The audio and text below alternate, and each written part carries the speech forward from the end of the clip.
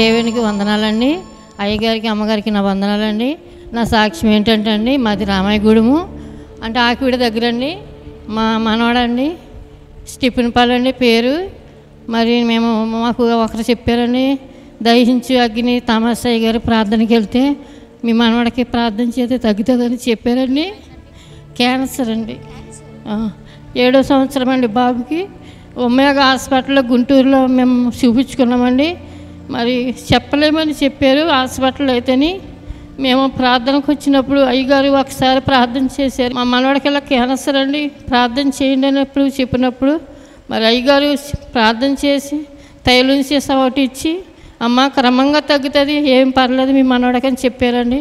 అయితే డాక్టర్ గారు మరి నార్మల్ రిపోర్ట్లు మొన్న 2 నెలలు అయిందండి, నార్మల్ రిపోర్ట్లు వచ్చినాయండి. దేవునికి వందనాలండి, అయ్యగారికి నా వందనాలండి. ఇదే నా సాక్ష్యం అండి. ఈ సహోదరి పేరు మార్తమ్మ. ఈ కుమారుడికి బ్లడ్ క్యాన్సర్ అంటండి. 7 years బాయ్ బ్లడ్ క్యాన్సర్తో బాధపడుతున్నాడు. మార్తమ్మ గారి యొక్క మనవడు 7 years స్టీవెన్ పాల్ బ్లడ్ క్యాన్సర్తో బాధపడుతున్నాడు.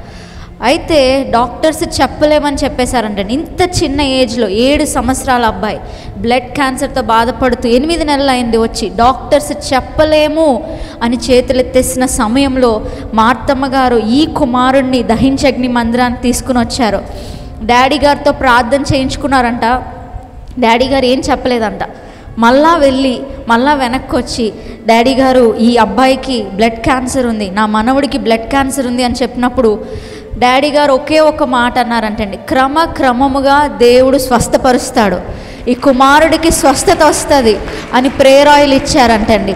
ఈరోజు ఎప్పుడు మరలా స్కానింగ్ తీయించారు?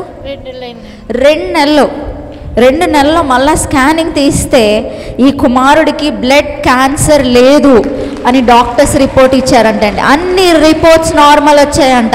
ఒక్కసారి గట్టిగా చప్పట్లు కొడుతూ దేవుడు ఈ కుమారుడికి ప్రాణభిక్ష పెట్టాడు. హల్లెలూయా.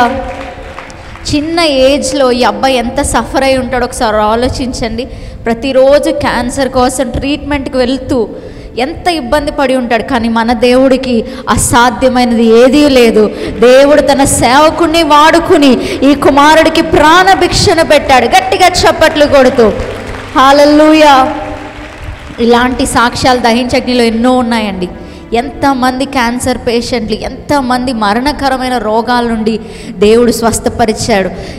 కేవలం ఇక్కడ జరుగుతున్న ప్రార్థనలు దేవుడు ఆలకించి, మన దేవుడు ప్రార్థన ఆలకించేవాడని మరి ఒకసారి రూఢి చేశారు.